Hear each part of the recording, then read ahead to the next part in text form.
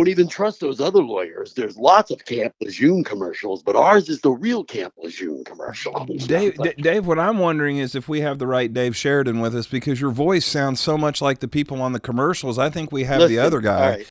I work for Camp Lejeune. I believe, PJ, you got the wrong guy. No, I'm the right guy, but... Twist, Dave is Camp Lejeune. This case should never have come to trial. I don't think it's fair to call my clients frauds. Because one time I turned into a dog and they helped me. Thank you.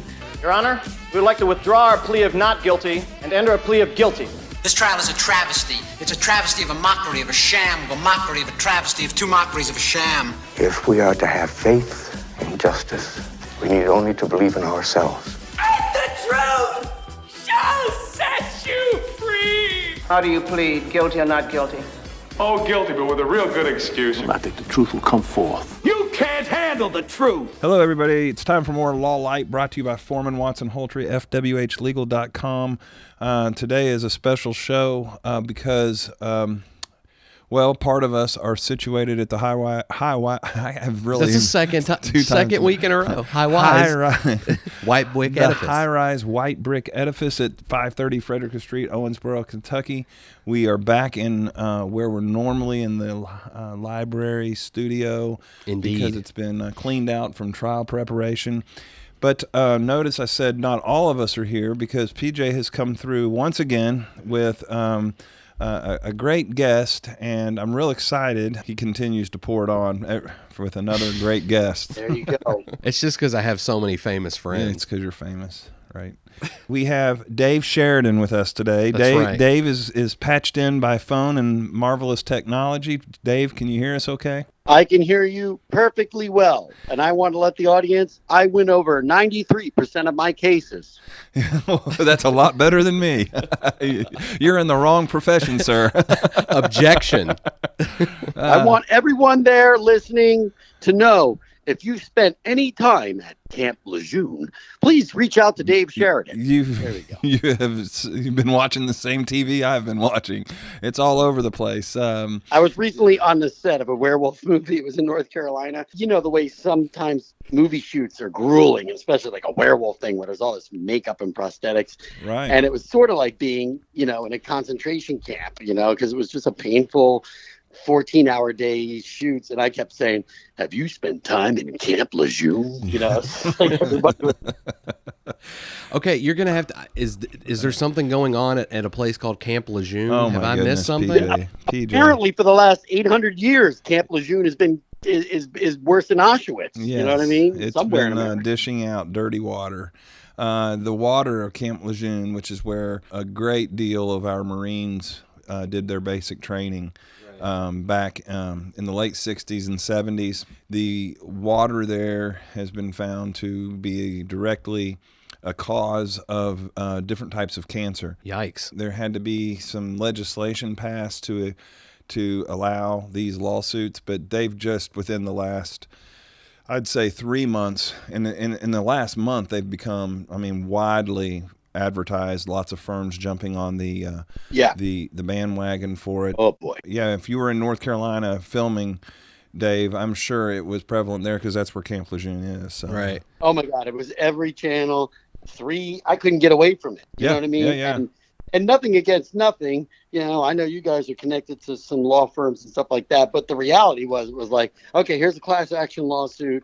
They're getting word out, but all of these lawyers are really going to take a big chunk of these percentage, you know what I mean? And it was honestly, it was the first time I ever saw these sort of class action things, like have you had mesothelioma or whatever the other ones are, stuff like that. But this one was a law firm bagging on the other law firms. If you spend time at Camp Lejeune, don't listen to those other guys. Come to us. Yeah. And it was like literally, it wasn't even about like the victim anymore. It was more like, don't even trust those other lawyers. There's lots of Camp Lejeune commercials, but ours is the real Camp Lejeune commercial. Dave, what I'm wondering is if we have the right Dave Sheridan with us, because your voice sounds so much like the people on the commercials. I think we have the other guy and not the actor, because I swear you're the guy that's reading the script for those law firms. You sound just like them. Listen, all right.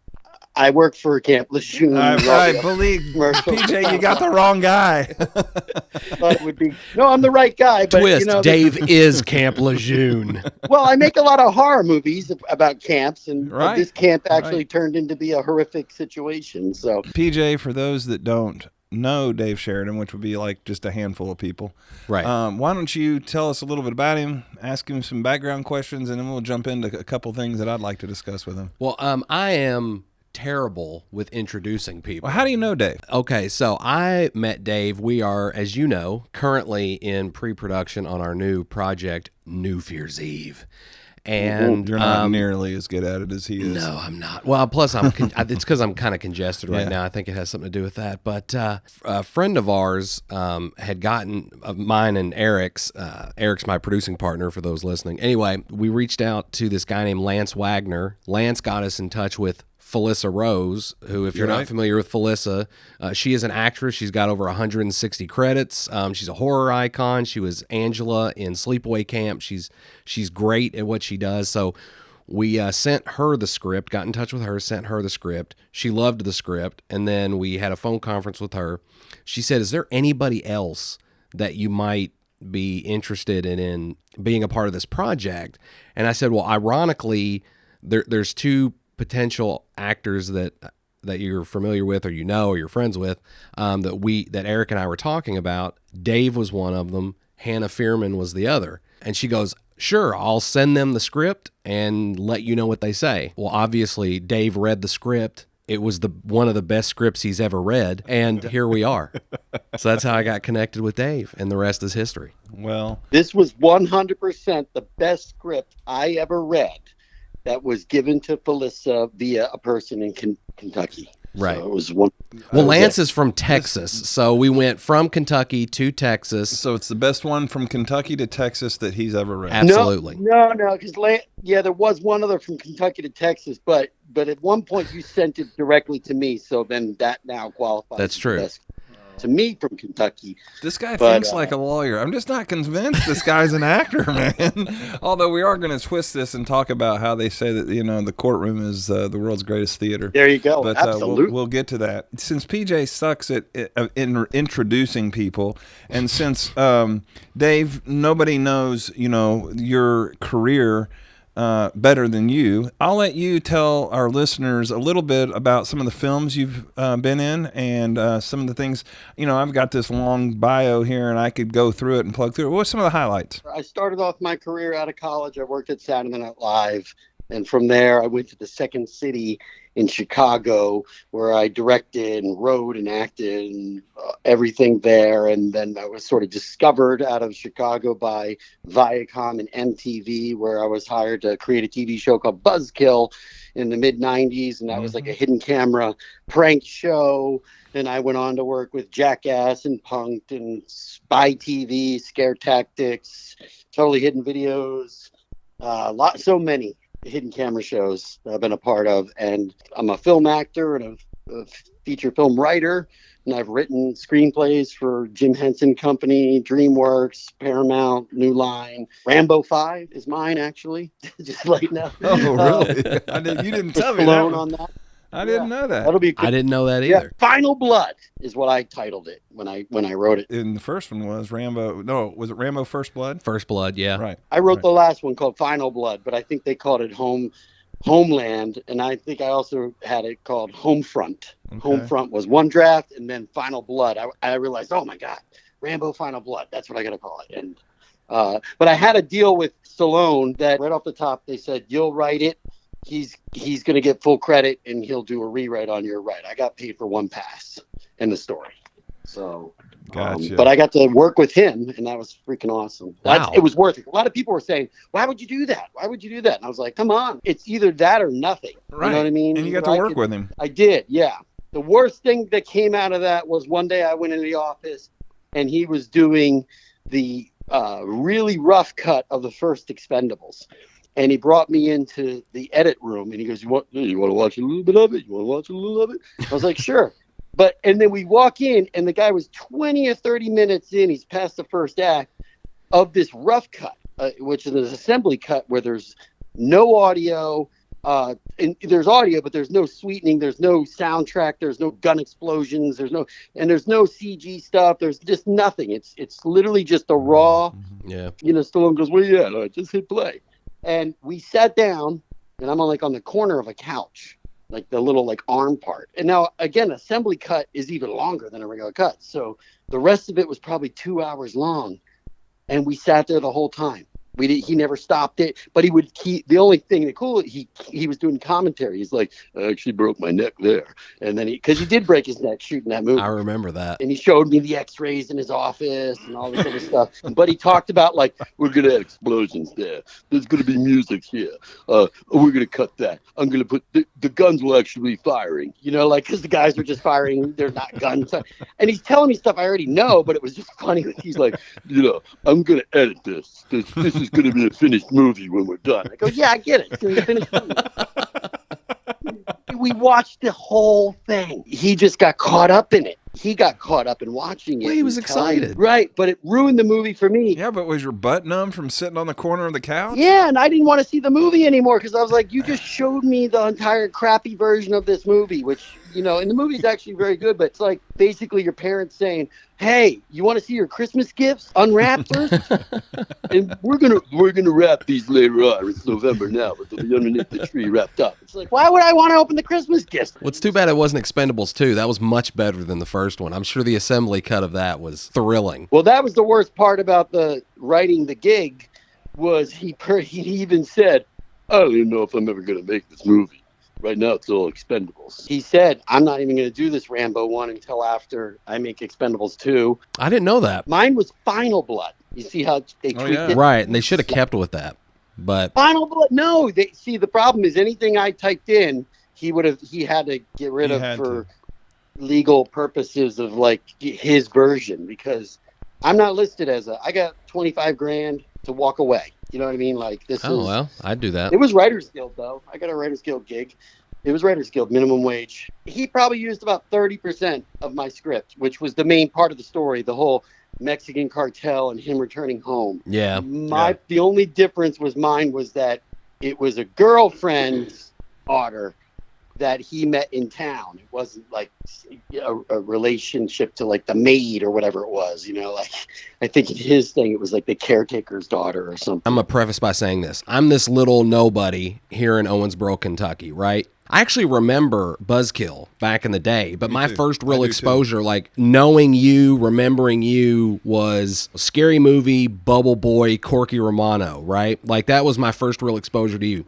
Never in a million years did I think, I would be sitting here talking to you, because I was a fan. You don't ever expect that. But then beyond that, we're working together on a movie. It's still very surreal. It's still very bizarre, but it's exciting. When you're that far into your career and you're standing there with Sylvester Stallone, and you've already worked with all these other huge stars and been on all these other projects and things, is it still like that, or do you just get so used to it it's just another day? Yeah, that part's another day, I think, because it doesn't jump out at you quickly. You know what I mean? That was a long process of being involved with the other production companies that work with him and stuff like that. Kind of like with Adam Green and Hatchet. I was working on trying to get in with Adam Green for 10 years. So right. The relationship towards Stallone, I hung out with his brother in 2005, went shooting guns, and it wasn't this slower thing. This Avi Lerner guy is how it all came about, and he's made a lot of, I think he was doing the Expendable movies. He's a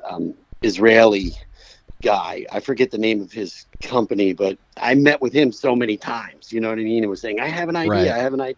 The thing where I get starstruck is when I run into somebody straight out of the blue. I ran into Robin Williams at a Whole Foods in Santa Monica one time, and I was like, "Oh my god!" You know what I'm saying? I would too. I mean, good. Did he know who you were? Absolutely not. Now, does that kind of bum you out? No, not at all. No. Just curious, because I'm sure you run into people that are like, "Oh my god," so they had the same. I actually don't. But thank you for saying that. But I would say this, if I did run into a celebrity somewhere, even at a family, somebody's house at a party, and it's "Oh, how you doing?" I always say, "How are you?" Dave Sheridan. I always say my name because I don't expect them to know it. Right. And then it usually helps him out to go, oh yeah, how are you? You know, like, I don't know. So I really don't know if somebody is just saying they know who I am because I already introduced myself anyway. You know what I mean? Right. So like I've run into Arnold Schwarzenegger probably 5 times. And so on the 5th time, if I run into last time, he'd be like, how are you? Good to see you, you know, but it would be like, I'm like, how are you doing, Arnold? Dave Sheridan. You know, and I always say, we met here last time. Oh yeah. You know, so right.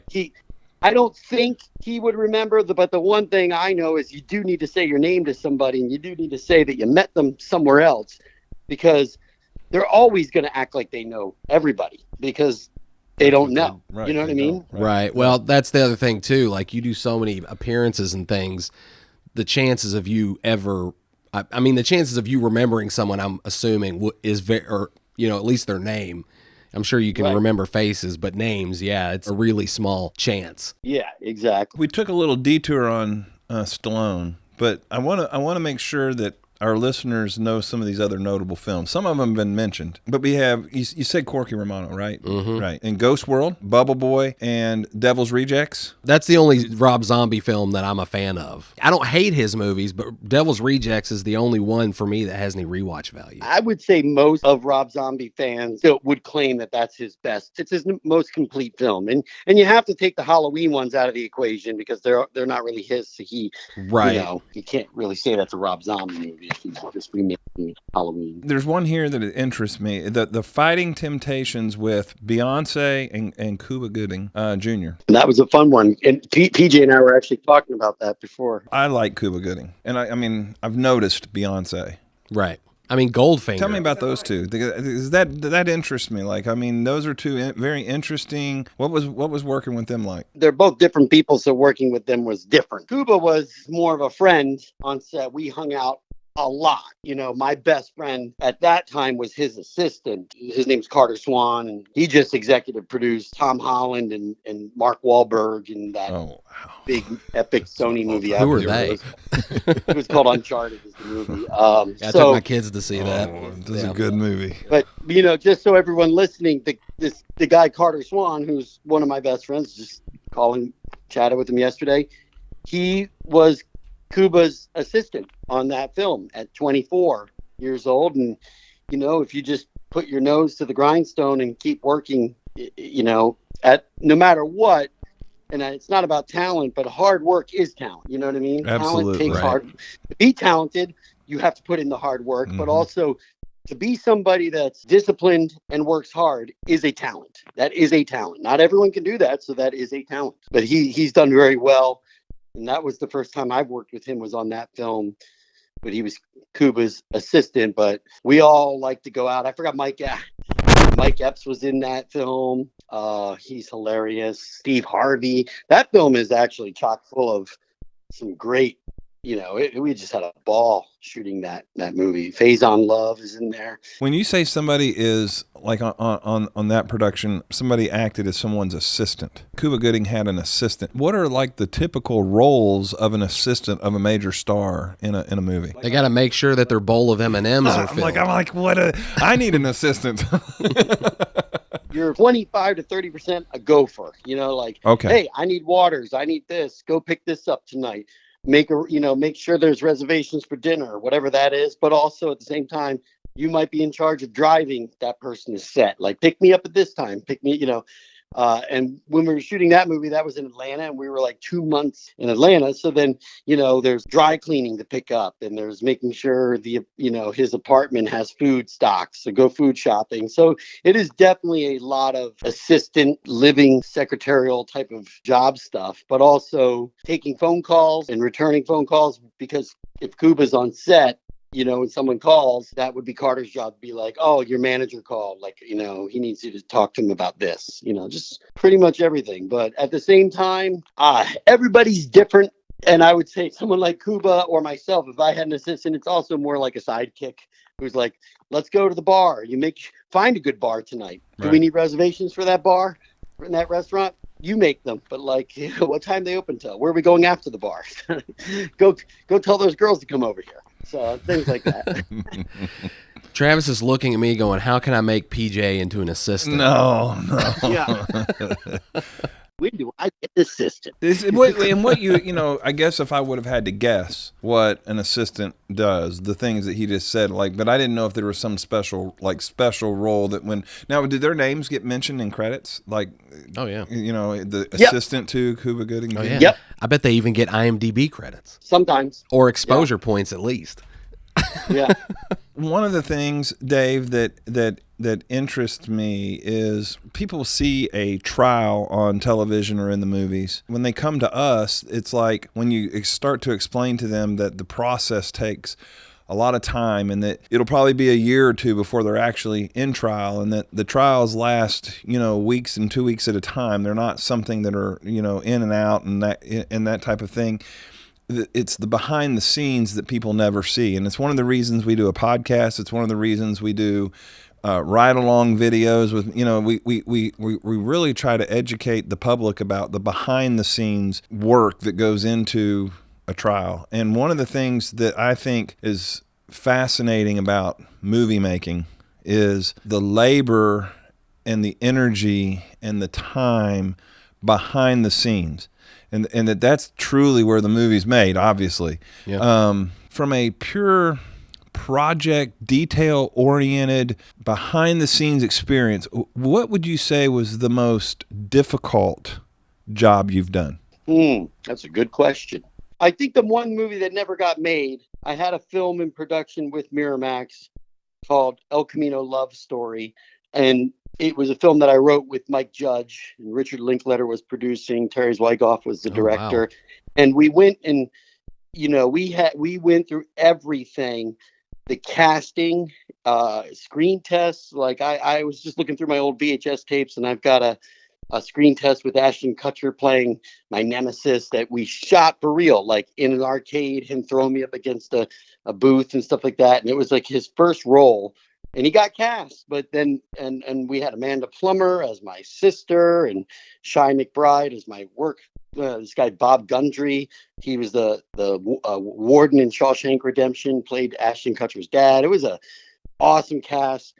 Then they built sets, and it was a demolition derby movie, so we had cars and sets. And in Austin, we took an old abandoned their old airport, and we converted them into a studio via our money. The end result was that movie was shut down at the last minute because the Weinsteins' Waterboy was this huge hit. And all of a sudden they said, oh, it's a demolition derby movie. We need your character to transcend demolition derby drivers. We want him being able to flip a car in the air and ride on two wheels and do all this stuff.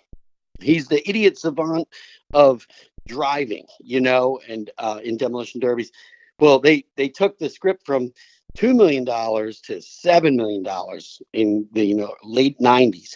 And but then they called me and said, well, now it's $7 million, but that actually equates to $14 million putting it out because there's P&A and there's marketing and all this other stuff. And they go, we never signed on for that. It's too much money. And it was like this Putney Swope kind of situation where it was like, you guys made us make it bigger. You know what I mean? They're the ones saying, put these names in it. These names are going to cost money, and then make the sets bigger. We want explosions. We want cars flipping in the air. And next thing you know, it's like everything they said to put in is the reason why they canned it. And that's interesting. That studio we built at the airport turned out, Robert Rodriguez ended up purchasing it, and it's called Troublemaker Studio now in Austin, where they shoot a lot of movies. That was all through Spy Kids, because Spy Kids was also Miramax, so they just shuffled right into let's do Spy Kids there, So that's a big ass studio now. They make a lot of major movies there. Tarantino, everybody shot there. But I would say it's the house that Dave built, because it was, I used to ride around on a 10-seat bike. But with the preparatory on my side was that character, he did nunchucks and he did karate and stuff. And they got me this sort of super fast paced, we're going to make you a black belt in a week kind of thing. 2 weeks. And they put me with, some Bruce Lee character type wannabe in Texas who I was like, I don't really need to be a certified karate expert. Just teach me some moves, teach me how to do the thing. he literally had like students come at me with the Catan sticks and stuff like that and beating me and like you need to fight. I go, no I don't, and it was just kind of funny because I would come back going like, they go, wow, what were you doing there 3 hours? I go, man, I was like fighting ninjas and stuff. What's going on here? Like I don't right. You're going to be prepared. I go, it's movie making. I've done that. Like that always happens. They send you to an expert. There was another movie I did where I had to wrestle, and the guy all day they were like having this, this guy throw me on the mat and do this like, I don't know what the move is called. It's not a pile driver, but like I'm up on his shoulders and then he falls back and I go back too. And they kept saying, you got to slam. There's like a metal piece underneath the wrestling mat that makes a noise for live wrestling. And so if you slam it with your arms the right way, it really like makes it sound hard and loud. And they were trying to get me to learn the right way to do that. But it was multiple hits. I was so sore. And I kept explaining to him, I go, I only need to know how to do this so I don't break my neck. They'll put the sound in. That's what we do in post. We'll make it sound hard. You know what I mean? But so sometimes when people that's what they do. They don't understand the transference of, well, I just need the film version of that, which is like, we don't need to worry about the live aspect that I hit the mat the right way to make the sound, Where was Sylvester Stallone at going, we'll add the sound in here. Yeah, right. Yeah. Could help them a lot there. So two questions I have based off of what you're talking about. One, so when you're working on a project like that and the producers show up and go, you know what, you need to add this and do this and it's going to be $7 million and this, that. Do you have any say in that whatsoever? Or is it just like you have to say, okay, you're the Weinsteins or you're Spielberg or whatever, and you just have to do it? I can't really answer that for people that might face this in the future.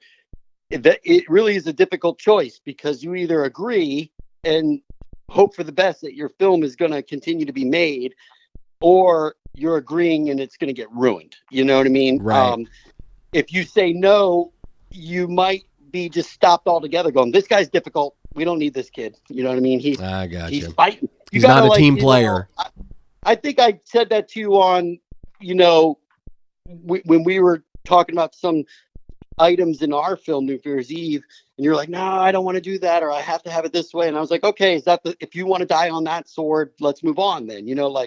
There's that sort of battle of like where, I'm saying at a studio level is like, pick your battles and know which one you're going to stand on. And early in my career, the people guiding me were saying, don't pick any battles. Just go. Rely on your talent to get your stuff made, because it was just too competitive, and the studio can turn around. I'm no Jim Carrey at that point. You know what I mean? Yeah. I'm not a Tom Hanks, and so or a Tom Cruise even. Like, it's sort of like, if you don't have the leverage, then you most likely are better off just going with what the powers want, because that's why they have the power. Is it hard not to get a bit jaded by that, or even in the situation where you made the changes, you did the adjustments, now suddenly they're saying, well, we didn't sign on for this, and it's like you said, well, yeah, you did, because this was all your doing, and now suddenly it's not going to happen. You just suck it up and move on, or how do you continue to keep that excitement going with just the process of movie making, or do you just kind of go into a slump for a while and then pull yourself out and then keep going? I think you put yourself in a slump for a while, and then hopefully you learn from it and recognize that. I've had it happen too many times where now that's why I do independent stuff, because I'm just like, I need to go do my own thing and just not have to deal with that anymore, because it was just too much for me. I made a movie called Frank McCluskey at Disney, which is a funny movie if no one's seen it. And there's a lot of parts that turned out to be what we wrote. The biggest change they made in that film was my main character, which really changed the trajectory of the overall tone and everything in that film. And I was told, just go with it. You want to get a movie made. And the original Frank McCluskey that I wrote, along with this guy, Mark Perez, our character that I played was more like a Frank Drebin from, like a Naked Gun. Yeah. Kind of that meets like an Inspector Clouseau, where there was a confident, arrogant idiot, but he's confident in himself. And what they created was, I was a insurance claims investigator who took his job overly serious, right? Yeah, and too serious. I based it on I had a friend growing up, a close friend, and his dad was a FBI agent and retired, and he started a company with his dad to do insurance claims investigating. And he would tell me some stories that, they needed to go get this guy that was claiming a back injury, but they needed to get some, videotape of him playing tennis, and how they had to sneak into the tennis club and, be playing tennis next to him. You know what I'm saying? And he was like undercover to go get this guy, or doing his lawn work, or up on the ladder cleaning out his gutters, when he's claiming disability. So I thought that was a funny world. And it enabled me to go like, oh, right, I could be a character going undercover and all these things. But then next thing you know, one of the executives at Disney just threw a little wrench into the whole process about 4 weeks away from shooting. He goes, but why does Frank care about insurance claims so much? And then he said, maybe he has a safety phobia. And so my character all of a sudden got a helmet and knee pads, and they were like, you need to be like lighter and friendlier and happy, where I wanted to be the Dirty Harry of insurance claims investigating. I wanted to be the guy that was like walking in. And so the only thing they kept from that Dirty Harry look was the tweed jacket and the tie and everything. That was very if you go and look at the poster, you'll see I have this Dirty Harry outfit with all this stupid knee pads and helmet and stuff. That was Disney threw that on. They totally changed the tone of my character. So they softened it up, which I've heard is softened the character, which got rid of the juxtaposition of the confident, cocky idiot. Now I was just like a gullible idiot, and that changes the sort of how the dryness of the comedy, because Naked Gun works because Frank Drebin's an idiot, you know what I mean? Right. But he's also the guy talking that he's talking like he's the best of the best, but he's not. He's stumbling his way through stuff. Well, Dave, here's the problem with our podcast is we try to keep this thing in a certain time frame because we've studied it apparently, and it's supposed to be listened to more when it's in a certain time frame. And I know that you're going to be working with PJ over the next several months. I don't know how long that goes, PJ. I know it's probably longer than that. Potentially, yeah. Feels like years so far. Already, it does feel like years. We'll have a part 2, and we'll call it Final Blood, and we'll have Dave Sheridan. Final Dave. That's right. And we'll add some explosions and things like that, and because that's where they're going to go, and we'll tell you. But seriously, we'd love to have you back with us another time because there's several things I wanted to get into, but these things take on a life of their own, and we want to head the direction. And I ramp. Yeah, no, and that's what I thoroughly enjoyed it. In fact, while we were sitting here, I have cousins of mine that are big fans of the podcast. Don't get Dave started on Kentucky and cousins. No, well, they're from Ohio, so they're not Kentucky cousins. That's true. And but they love our podcast, and I just sent a thing out saying, hey, Dave Sheridan's guest on our podcast. Make sure you listen tomorrow. And they said, who's Dave Sheridan? No, they didn't. They did not. One of my cousins. Yeah. So I want to have you back. We will do that. We'll space it out enough to where, and then we'll kind of ask you some additional.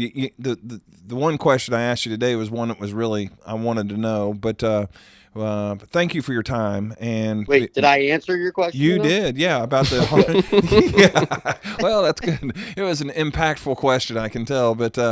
Again, thanks for your time, and we would look forward to having you back another time if you'd be willing to do so. I would love to be back, and I just wanted to pitch out our project, what I'm doing with PJ. It's called New Fear's Eve, and if you're on Instagram, you can go to New Fear's Eve Official.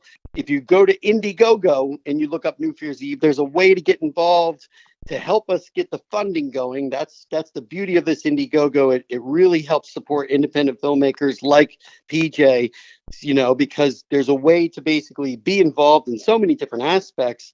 But the best way is to basically pre-buy the movie. We sell the Blu-ray on there, and it's actually autographed. And, you know, at the end of the day, I always say it's probably like a $300 value, and we're selling it for like $45. So you get the pre-buy the Blu-ray. You're going to get it before anyone else, before it hits the store shelves, and you can copy it and put it on YouTube and really fuck us. So do it. No, I'm just kidding. But then we get our movie made. Yeah, get it now before it gets picked up by Disney and they end up remaking it and softening it. That's right, putting knee pads on it. So. Exactly. Their New Fear's Eve will happen at 9 p.m. or something. The dinner will have to be at 5. Yeah. And then they ring in the new year at 9. Anybody listening out there, if you're involved in law, if you need me as an expert witness to just blither and just confuse the hell out of juries, I'll do that too. Or if they need a voice to promote their law firm, we know where we're going to go for our next radio commercial because he's got the voice. So exactly. All right. Well, this has been Law Lite, brought to you by Foreman Watson Holtree, FWHlegal.com. Thank you for listening, and until next time, God bless. This case should never have come to trial. I don't think it's fair to call my clients frauds. Because one time I turned into a dog and they helped me. Thank you. Your Honor, we would like to withdraw our plea of not guilty and enter a plea of guilty. This trial is a travesty. It's a travesty of a mockery, of a sham, of a mockery, of a travesty, of two mockeries of a sham. If we are to have faith in justice, we need only to believe in ourselves. And the truth shall set you free! How do you plead, guilty or not guilty? Oh, guilty, but with a real good excuse. I think the truth will come forth. You can't handle the truth!